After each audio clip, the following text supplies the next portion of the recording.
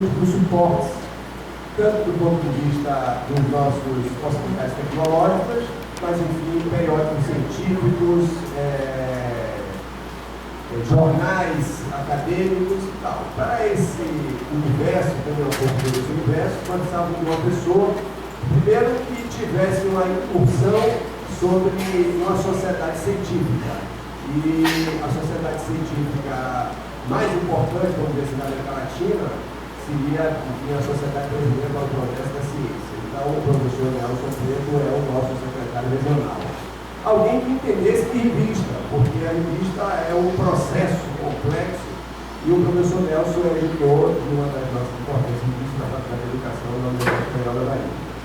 É uma pessoa que tem uma experiência sobre gestão, porque foi diretor da Faculdade de Educação da UFBA e agora, recentemente, inclusive, é professor titular da Universidade Federal da Bahia, evidentemente com toda a sua carreira acadêmica, que eu acho que grande parte aqui já conhece, dada a sua posição de ativista, de escritor permanente dos nossos jornais, enfim, com esses pontos, com essas referências que eu gostaria de convidar aqui o professor Nelson Preto para referir a sua conferência. César, bom dia a todos os colegas. É uma alegria bastante grande estar aqui com vocês. Um tema espinhoso como esse.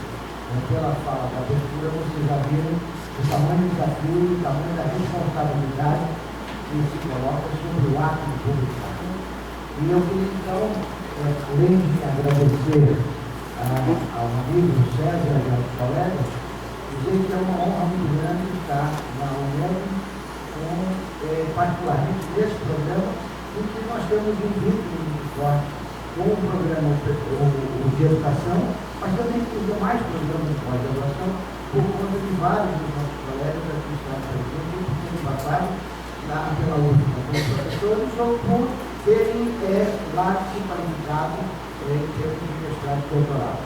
Eu queria dedicar essa fala a um jovem de 26 anos, que se suicidou com 26 anos, Aaron Schwartz, que foi condenado a 35 anos de prisão, pagar uma multa altíssima, simplesmente por ter acessado um banco de dados de sua universidade, em que mantinha sob rigoroso controle o acesso às publicações, e ele, com sua capacidade de hacker, invadiu esse banco de dados, na verdade, descobriu uma vulnerabilidade no banco de dados, e quando colocou disponível para todo mundo todos os artigos dos periódicos que estavam lá, bloqueados para um acesso limitado.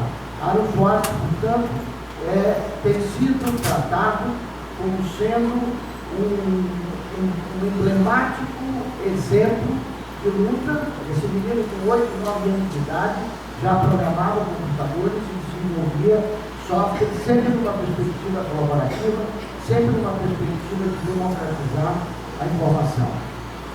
Começo então o primeiro bloco pensando, inspirado em Gary Hall, sobre a ideia de uma outra universidade possível. Essa universidade que Valdério levantou aqui, que o professor Átila levantou, que todos nós conhecemos, que é uma universidade de muita luta, uma universidade que vem lutando cotidianamente para se manter pública e gratuita e que tem enfrentado uma dificuldade muito grande, justamente por conta das transformações da ciência e das transformações da sociedade. Nós estamos vivendo um momento bastante rico do ponto de vista de pensar nas transformações científicas, e é fundamental nós compreendermos que, efetivamente, o que fazemos aqui na universidade, o que fazemos nesse espaço, que é um espaço rico da pesquisa, é nada mais, nada menos, e isso não é pouco, de que construirmos modelos da explicação da natureza. Não estamos aqui em busca de verdades, não estamos aqui em busca de explicações universais, nós estamos aqui em busca da criação de modelos. Modelos esses que são postos em xeque cotidianamente e que, para nós, para essa ciência que nós estamos acostumados, ela se dá a partir de um método que é um método absolutamente questionável, que é um método que tem a objetividade como sendo um bem maior inquestionável. E sabemos o quanto, e essa universidade tem dado exemplo disso, de alguns trabalhos que conheço, é importante que a universidade compreenda que o conhecimento científico é apenas uma das formas de se explicar a natureza. A relação com os outros saberes é absolutamente fundamental, e eu acho que essa charge do querido Carl Gomes é de uma perfeição total na relação entre os saberes acadêmicos e os outros saberes presentes na sociedade. Portanto, essa objetividade, essa forma de se fazer ciência, ela precisou de construir um método. E o Máximo Canevati coloca muito claramente que esse método, muitas vezes, é uma gaiola enferrujada, que Breton criou e encerrou os seus sujeitos, organizando-os em objetos puros. Então, é esta dificuldade que nós temos, porque isso faz parte do nosso imaginário, e nós precisamos questionar esse método. E eu, assim como Canevati, acompanho, busco, e aqui espero trazer para vocês, considerar como método o gozo da diferença. Pois muito bem, isso do ponto de vista do avanço da ciência. Do ponto de vista da universidade, o professor Adson já apontou algumas coisas, Valdério apontou outros, César apontou outros, eu tento aqui trazer, inspirado em Gary Hall, alguns outros pontos que me parecem fundamentais. Primeiro deles, as privatizações internas dentro das nossas próprias instituições. É importante termos isso claro, porque isso vai refletir diretamente na forma como nós produzimos conhecimento.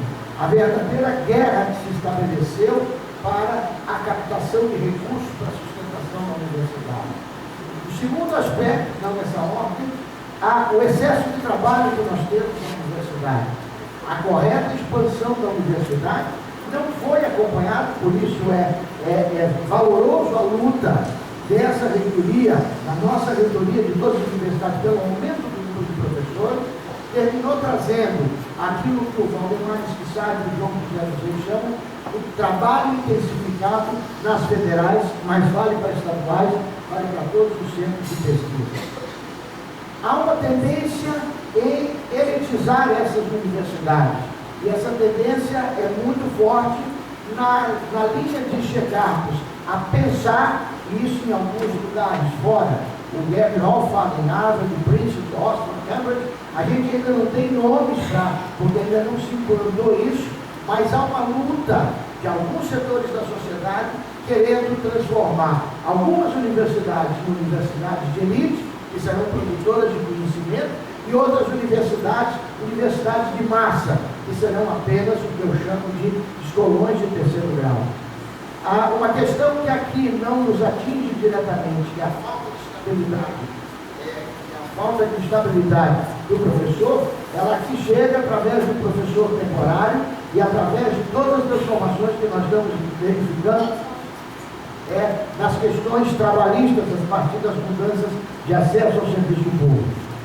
Um outro aspecto fundamental, e imagino que todos os coordenadores do programa estão agora de cabelo em pé, são as práticas administrativas de avaliação, monitoramento, auditorias. Quem tem projeto na FAPESB sabe muito bem do que eu estou falando, o verdadeiro inferno que é você conseguir administrar um projeto na FAPESB. Eu conheço inúmeros pesquisadores, inclusive eu, que não submetem mais projetos à FAPESB, porque o custo de preparar o projeto e o relatório e preencher os formulários é maior do que o recurso que a gente recebe para executar. A transformação de estudantes em clientes, isso está muito forte no setor privado, mas começa a acontecer isso dentro da universidade pública, e o crescimento dos estudantes como força de trabalho barata, através de bolsas, que é uma prática que tem crescido. Portanto, quero dizer com isso, e esse panorama inicial me parece fundamental, para nós entendermos que a universidade não é o único, mas é um dos mais privilegiados espaços da produção do conhecimento e da crítica dos conceitos. A universidade não pode se acomodar e não se constituir como um grande espaço, repito, privilegiadíssimo de crítica dos conceitos e produção dos conceitos. Portanto, temos que afastar essa ideia de que a universidade é um espaço da produtividade. E vocês já vão entender aonde eu quero chegar para falar em publicação. Portanto, se a universidade é esse espaço privilegiado da produção do conhecimento e da produção da crítica, ela tem por obrigação socializar esse conhecimento produzido. Então, nós temos que escrever artigos, nós temos que produzir conhecimento, produzir vídeos, produzir áudio, ter uma inserção na mídia, não é porque a CAPES determina, é porque isto é a nossa obrigação fazer. Nós somos pagos com dinheiro público para desenvolver pesquisas e socializar esse conhecimento. Então, feito esse registro que eu chamaria de base, vamos entrar propriamente dito no que é esse socializar o conhecimento. E aí uma mudança significativa, e isso, a homenagem ao Alan Schwartz no começo, é o que o Peter Matero, que é um consultor da ONU para a área de recursos educacionais abertos, escreveu em 2005, que para mim é claro como sendo um mantra que nós temos que ter. Nós vivemos até bem tempo o espaço do é tudo, é o eletrônico, é comércio, é education, é educação, tudo é de eletrônico, é da rede. E agora esse movimento dos movimentos abertos trazem para o cotidiano nosso, e isso é um verdadeiro manifesto, a ideia de que nós estamos vivendo a década, ou Open Decade, que é a ideia de que é a década e os próximos passos serão os passos da abertura, da liberdade, do free, não como grátis, mas do free como livre. São os códigos que têm que ser abertos, são os sistemas que têm que ser abertos, são os padrões que têm que ser abertos, são os acessos abertos, são os arquivos abertos, e em última instância, tudo aberto. Ou seja, a ideia de avançarmos fortemente, e aí a rede de internet tem um papel significativo nisso, de avançarmos fortemente na busca de termos uma grande democratização e uma grande transparência de todos os produtos que temos dentro da universidade. No entanto, isso demanda políticas públicas e demanda políticas públicas, principalmente políticas públicas integradas e integradoras. Qual é o nosso dilema quando, com esse panorama, nós focamos na ideia de publicar? O nosso dilema, essencialmente, é entre criar, produzir e reproduzir, consumir. Observe que, quando nós falamos em criar, há uma dificuldade concreta, se nós questionamos a objetividade, há uma dificuldade concreta em mensurar. Que é um dos problemas que nós temos na avaliação. Como é que nós avaliamos? O que nós avaliamos? Então, uma universidade centrada fortemente na ideia de criar, de produzir inovações, de produzir conhecimento, de difundir conhecimento, enfrentará no sistema de avaliação que está calcado nos velhos métodos que acabamos de fazer a crítica, vai encontrar dificuldade de mensurar. Já no caso de consumir, é mais fácil de mensurar. Eu vou medir pelo número de patentes, eu vou medir pelo número, a proporção de 612 por 2.000, número de doutores da universidade, eu vou medir pelo peso do meu lápis, ou seja, o número de artigos que eu publiquei, e como disse o nosso representante de área atual, que estará aqui, parece que vai ser no MEC, dia 1º de abril, não é isso? Vai ser aqui? É aqui, vai ser aqui a reunião. Na própria reunião de avaliação de quem seria o candidato, o que terminou acontecendo, Lívia, né? Cadê Lívia? O que terminou acontecendo é que o próprio ato de produzir, de publicar, virou ele o objeto que é valorizado, e não o fato de estarmos socializando o conhecimento. Então, nossas revistas vivem este dilema e este é o nosso desafio. Quer dizer, como é que nós, e veja que esse desafio não é um desafio individual de cada um, tem que publicar mais, não é um desafio nosso, editores da revista, que temos que colocar cada vez mais números na rua, não é um desafio da administração apenas, mas é um desafio de todos nós. O que nós queremos efetivamente com essa universidade? Nós queremos uma universidade que reproduz, nós queremos uma universidade que apresenta nos seus relatórios anuais números, dizendo quanto produzir. Não é isso que nós queremos. Nós queremos uma outra universidade, já dizia o Gary Hall, e já dizíamos nós desde o ano 2000, quando lutamos por um outro mundo possível dos fóruns sociais mundiais. Portanto, esses desafios vão depender da forma como nós olharmos os problemas. E vão depender extensivamente do quanto, no nosso ponto de vista, a década, aquela perspectiva do aberto, está mais ou menos presente nas nossas concepções de vida, de educação e de universidade. Portanto, a gente, do meu ponto de vista, tem que se inspirar no nosso querido baiano, ex-ministro da Cultura, e que finalmente agora tivemos no governo Dilma, após o retrocesso do seu primeiro mandato na cultura, a volta do ministro Juca Ferreira, representando esta ideia de que o que precisamos é uma proliferação de conhecimentos.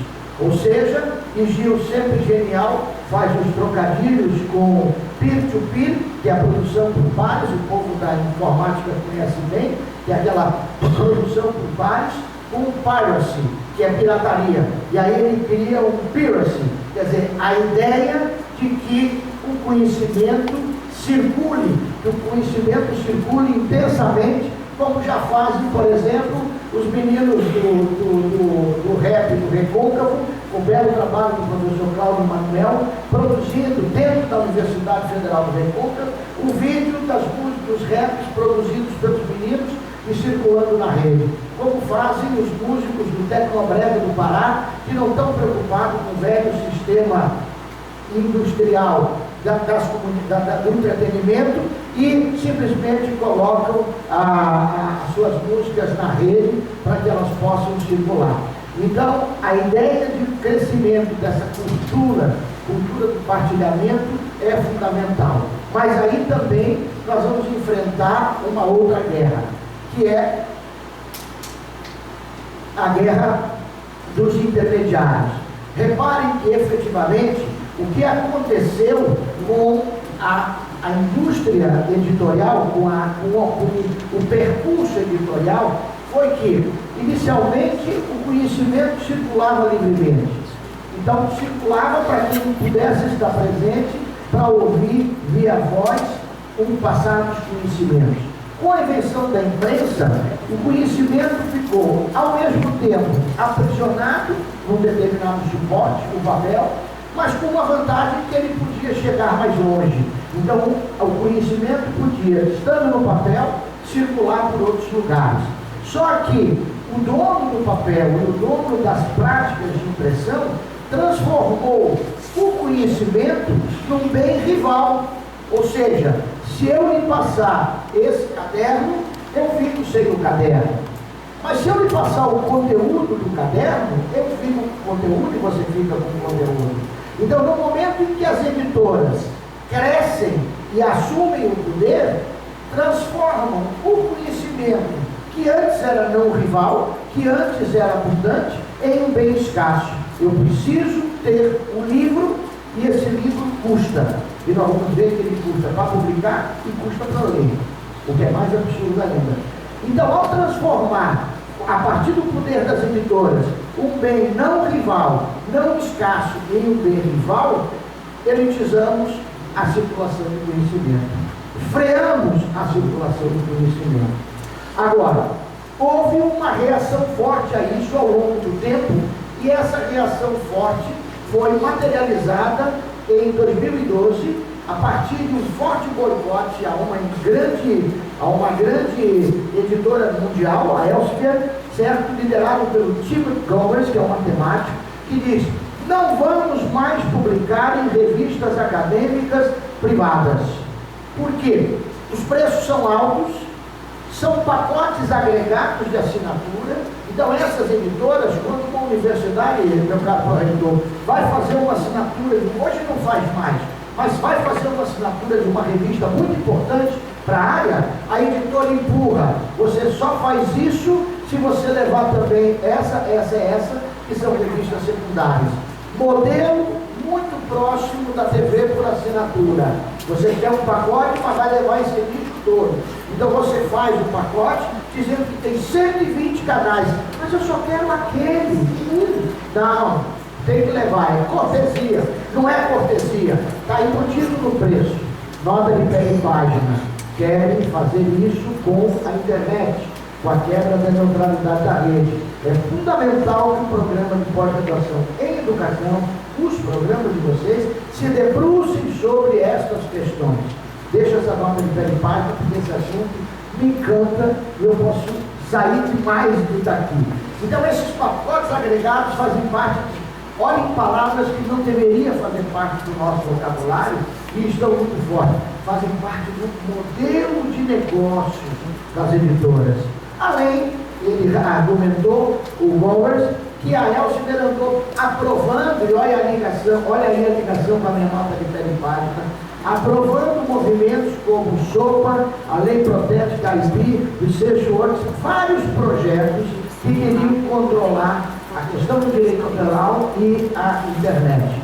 Então isso terminou gerando um movimento no mundo, e a gente aqui, como não está muito acostumado a trabalhar historicamente com o Elsevier, eu também não sabia disso, esse desenhozinho aí foram charges que foram saindo, como o nosso Paulo Gomes aqui fez de Manistela e Castro Alves, porque essa árvore aqui era o símbolo tradicional da Elsevier. Aí os caras fazem um cara ali colocando cheio de correntes e cadeados, ou a árvore despelada, mostrando para fazer um boicote a Elsevier. Então, a questão do custo do conhecimento está aí até hoje. Nós, na área de educação, não sofremos muito com isso, porque muito raramente nós temos revistas que cobram para a gente publicar, mas nas chamadas das ciências duras, não só cobra, como o preço é alto. Isso circulou agora, recentemente, mostrando inclusive a classificação da revista Qualis aqui no Brasil, cobrando 250 euros para a publicação, mais uma taxa, essa é correta até, uma taxa de tradução. Então, temos que pagar para publicar e temos que pagar para ler. Então, várias das revistas cobram um acesso para que você tenha, e não é pequeno, essa aqui é uma revista de estudos culturais e educação, cobra $40 pelo exemplar, ou, não, pelo artigo, por um artigo. Nós que produzimos essas revistas sem um tostão, e é isso que tem gerado. Muitas empresas, muitas editoras, inclusive universitários, têm feito isso. E $140 para ter o número inteiro. Não é a assinatura, é o número, certo? Então, além desta reação a esse movimento, e essa é a parte que mais me interessa aqui, há um movimento muito grande no fortalecimento daquela perspectiva aberta que eu falava no começo. Então, essas ações ativistas, tendo como lema, esse lema eu que coloco, de compartilhar é legal, são muito grandes. Vou passar muito rapidamente, é um tema que me interessa muito e vale a pena a gente ir à frente, mas há todo um movimento, não só da abertura do ponto de vista da produção do conhecimento, não só da divulgação do conhecimento, a abertura das revistas científicas, mas da própria produção do conhecimento. Então esse movimento Science Commons tem, dando uma mudada aí, você acha vídeo bacana sobre ele, é um movimento que tem trabalhado muito fortemente na ideia de já se produzir uma ciência aberta e não uma ciência fechada. Uma ciência que tenha como princípios o acesso aberto às publicações, a formação, a criação e o desenvolvimento de ferramentas científicas abertas que você possa não só utilizar, mas modificar se lhe interessar para a sua pesquisa, uma ciência cidadã que trabalhe com uma perspectiva dos recursos educacionais serem abertos. Isso significa força total na ideia da remixagem, a ideia de Wikipesquisas, pesquisas colaborativas. Há já uma rede, e essa Open Knowledge Foundation no Brasil tem essa rede montada em torno do conhecimento livre. Então são vários pesquisadores que estão envolvidos nessa busca de ampliar a perspectiva de produção de conhecimento. Esses aí são apenas alguns exemplos dos inúmeros exemplos de pesquisas com fármacos, com banco de dados abertos, pesquisas astronômicas com banco de dados abertos, de tal forma que a ideia de eu ficar com os dados guardados, apenas aguardando a publicação, vai por terra. E o importante, no mesmo espírito do desenvolvimento de software livre, é colocar tudo isso na rede e na roda, de tal forma que todos possam participar. Esse sujeito, Stephen Harman, tem uma liderança enorme nesse movimento do acesso aberto. Então, junto com John Willis, que vem trabalhando, e que são aqueles que ajudaram a desenvolver os softwares, eu vou falar um pouquinho mais dele, que fazem as nossas revistas, que sustentam as nossas revistas, tanto aqui na UNEB, como na UFPA, como mais de 1000 revistas no Brasil já estão em cima desse software levado pelo INDET.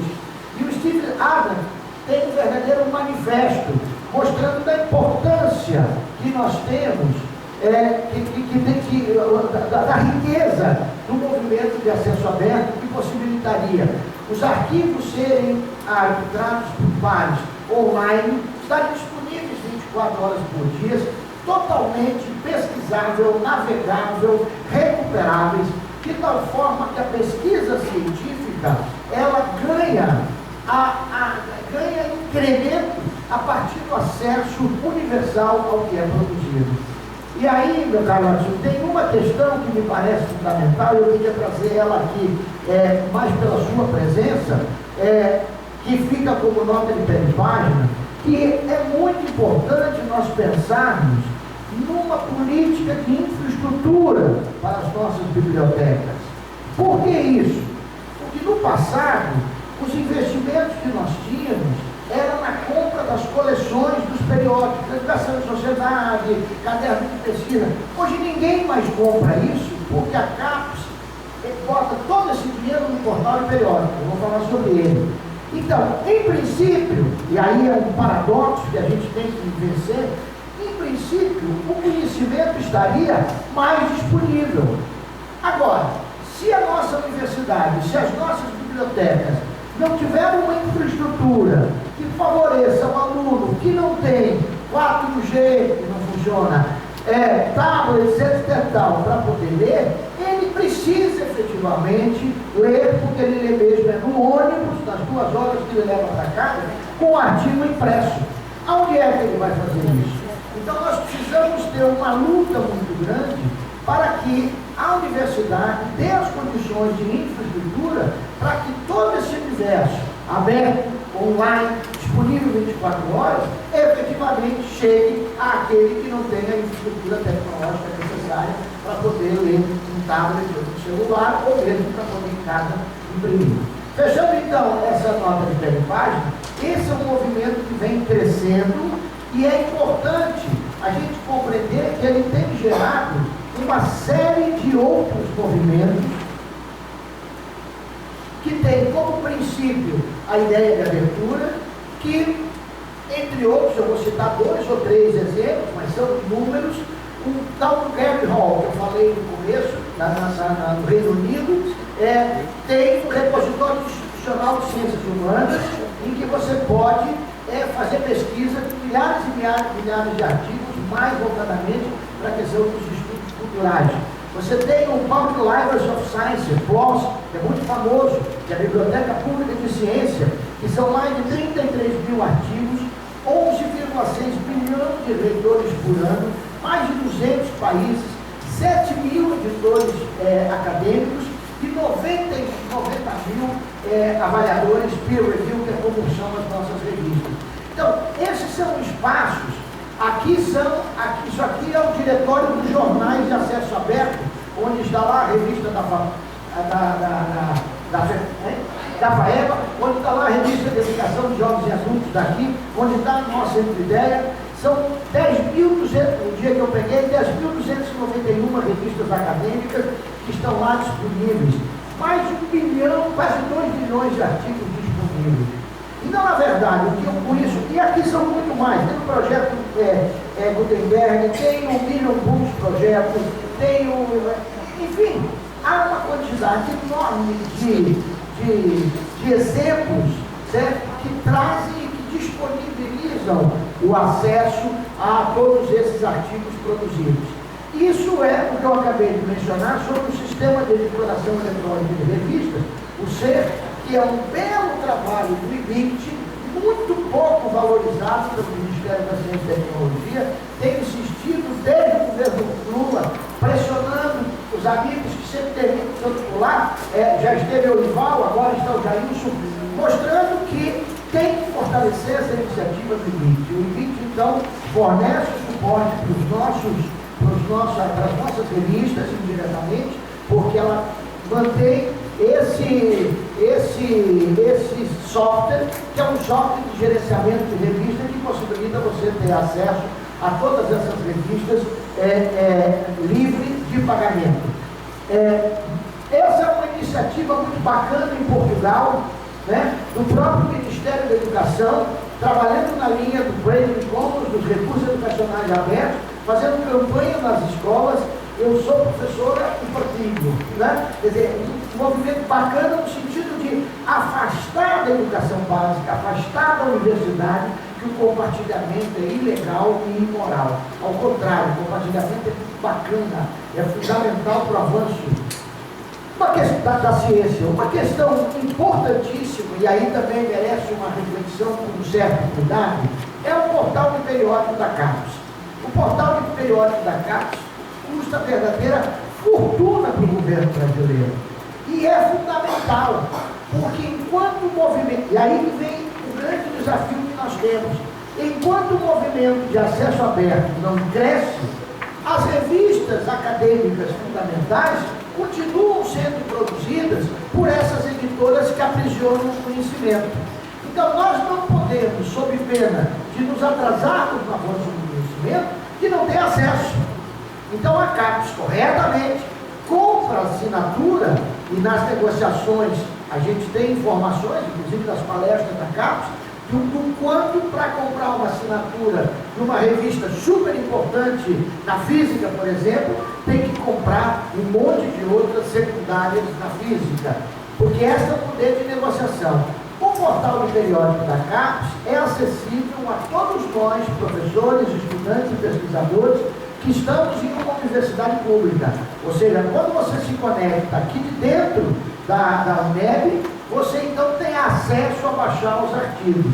Se você se conectar em casa, sem fazer uma VPN, você não vai conseguir, porque isso aqui é um investimento do governo brasileiro, que fez parte da negociação, para o desenvolvimento da pesquisa na universidade pública. Então, são mais de 326 instituições do país que acessam essas revistas, e aí eu faço um apelo acadêmico e um apelo ativista. O acadêmico que é inadmissível um estudante de mestrado e doutorado não futucar tudo, ou seja, pesquisar os artigos científicos que são publicados no mundo inteiro. Então, usem o portal de periódicos intensamente para aparecer na estatística o crescimento de usuários via os IPs da UNEB. Isso é fundamental para fortalecer a manutenção do portal de periódicos. E do ponto de vista ativista, o uso é fundamental justamente para poder a CAPES poder observar o governo, em última instância, de que esses 133 milhões estão fazendo diferença. Ou seja, os estudantes e os professores estão efetivamente pesquisando. Com a crise instalada em 2015, melhor dizendo, no plural, com as crises, né, o medo do corte do orçamento atingiu o portal de periódico. A SBPC rapidamente, já com praticamente todas as 100 e poucas associações que são a ela associadas, fez uma manifestação ao ministro Cid Gomes, no sentido de garantir a manutenção do portal de periódicos, garantir o contrato com as editoras, porque isso é fundamental na pesquisa. Tenho sempre dito que, ao mesmo tempo que fazemos essa pressão para a manutenção do portal, temos que fazer uma pressão para que o mesmo montante de recursos seja investido na ampliação do acesso aberto do país. Claro que isso tudo gera no nosso meio aquilo que o Gary Hall falou, que é a questão da competição, a dramática situação de que, como precisamos publicar, as instituições, a administração termina apelando, no sentido literal da palavra, para que essa publicação cresça. Os chineses, por exemplo, pagam $50 mil de bônus para pesquisador que publicar na Science ou na Nature, que são duas revistas muito importantes na área das ciências chamadas duas. Quando eu fiz um post no meu blog, no Terra Magazine, que já não existe mais, contando essa história a partir do blog do professor Manuel Barral, da Fiocruz, apareceu lá uma informação dizendo que a Unesco já estava pagando uma luva, um bônus de R$16 mil para quem publicasse igualizado. É óbvio que isso a gente tem que condenar, porque eu acho que não é essa a política que tem que ser feita, do pagamento por performance, que isso é uma política que tende a se estender por diversas outras áreas. Lembrem que isso, particularmente o governo do PSDB em São Paulo, tentou fazer isso com professores. A Inglaterra tentou, durante muito tempo, implantar essa lógica de pagamento por performance, ou seja, a escola que elevar o seu IDEB, os professores ganham um bônus. Esse tipo de iniciativa, eu acho que nós temos que condenar com toda a nossa energia, porque ela vai ao encontro, ela vai de encontro com toda essa lógica de colaboração, de partilha que a gente vem defendendo. E isso, obviamente, essa indústria da produção chegou aos congressos também. E nós temos que estar muito atentos, que se é uma coisa fundamental, na minha concepção, para o estudante é participar de congresso. Agora, o que tem acontecido é que isso foi um colega nessa discussão desse artigo que colocou, que tem acontecido de que os congressos verdadeiros viraram verdadeiras indústrias de congresso para poder arrecadar e ampliar a sua dignidade, né, no currículo Lattes. Então a gente tem que cuidar muito disso. Hoje, inclusive, não sei se ainda é assim, mas praticamente trabalho em congresso, trabalhei muito pouco na avaliação da pós-graduação, o que é ruim, porque se tem uma coisa importante que foi fundamental na formação da gente, foi as cervejas que a gente tomava durante o congresso, porque o congresso não é só para apresentar o trabalho, é um encontro com as pessoas que a gente lê, é um encontro com os colegas, é um espaço rico da partilha. Então a gente não pode desmerecer os congressos dos eventos científicos porque eles foram assaltados pela indústria da educação. Existem congressos que não são feitos nem por sociedade científica, são empresas que organizam o congresso e aí viram verdadeiras 5 mil participantes, coisas desse tipo.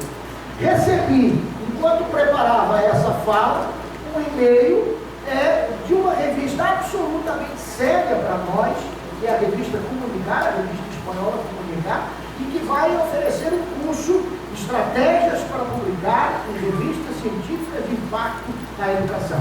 Então, toda essa ideia de que produtividade, repare que são palavras, assim, você que estudou educação popular, a gente não usou na educação, estratégia, produtividade, rendimento. A educação foi tomada por essas palavras e nós viramos a ranking.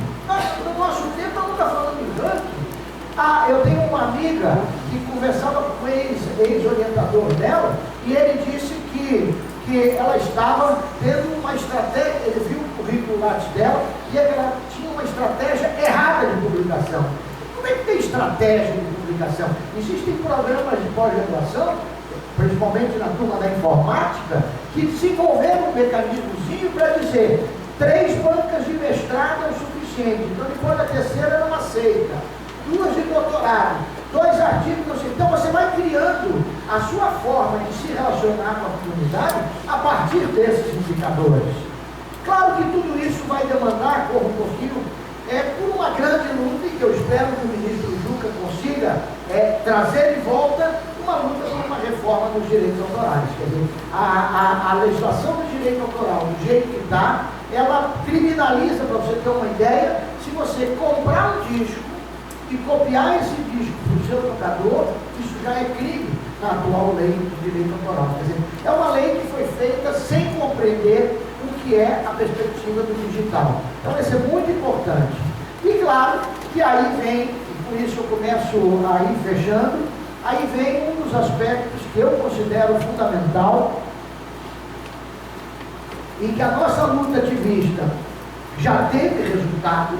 Hoje você já encontra no Lattes uma aba chamada divulgação científica. Só que na hora que vai fazer a avaliação do DataCaps, não conta nada.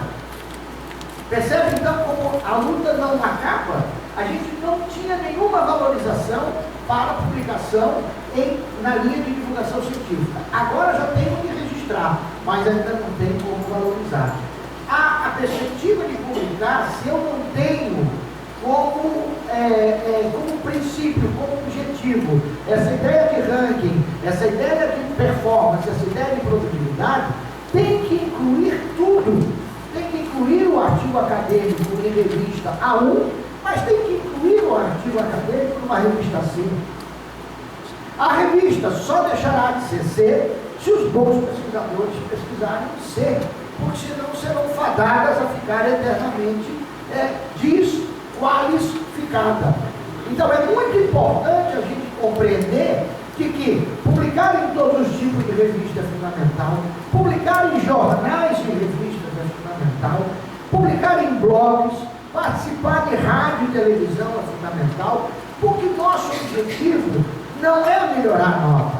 Nosso objetivo é socializar o conhecimento.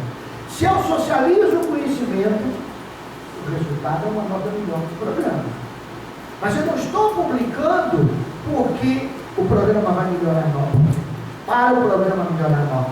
Eu estou publicando porque é necessário, é obrigação do pesquisador, principalmente nós que trabalhamos e pesquisamos com recursos públicos, darmos contas para a sociedade daquilo que nós estamos fazendo. Então precisamos avançar nisso, e isso só acontecerá se nós trabalharmos intensamente em rede, pensarmos nas pesquisas de rede e, mais do que tudo, ativista. Quer dizer, não é possível, e aí eu falo especificamente para a nossa área, a área da educação, achar que estas questões aqui tratadas são questões da ciência, da informação, são questões da engenharia, são questões da computação. Não, da comunicação também. Estas são questões nossas. Nós temos que nos debruçar sobre elas, porque em última instância o que a gente quer? A gente quer artigos, a gente quer pesquisas, a gente quer revistas que compreendam a diferença que eu falei lá no começo como método, como algo essencial e estruturante do fazer universitário, do fazer ciência. E aí nós vamos dialogar o local com o não local, os saberes com o conhecimento científico, a língua culta com a língua não culta, o universal e o planetário com o local. E dessa forma, o que nós vamos fazer é, na perspectiva da universidade que nós queremos, é transformar esse espaço, os programas aqui da UNEB, os programas da UFBA, os programas da Bahia, como um verdadeiro espaço rico de produção de culturas e conhecimento, que é o que eu chamo, implantando um círculo virtuoso de produção de culturas e conhecimentos. Portanto, publicar é preciso, é fundamental publicar, e publicar em todos os níveis, com todos os suportes e com todas as possibilidades, todas as linguagens possíveis, porque em última instância o que nós precisamos é de revistas acadêmicas, de programas de pós-graduação, de universidades que tenham compromisso com a sociedade e não compromisso com o mercado ou com os hackers. Muito obrigado.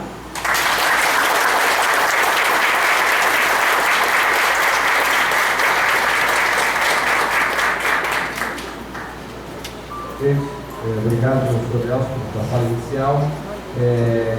À tarde nós teremos, logo à tarde, uma atividade aqui, portanto,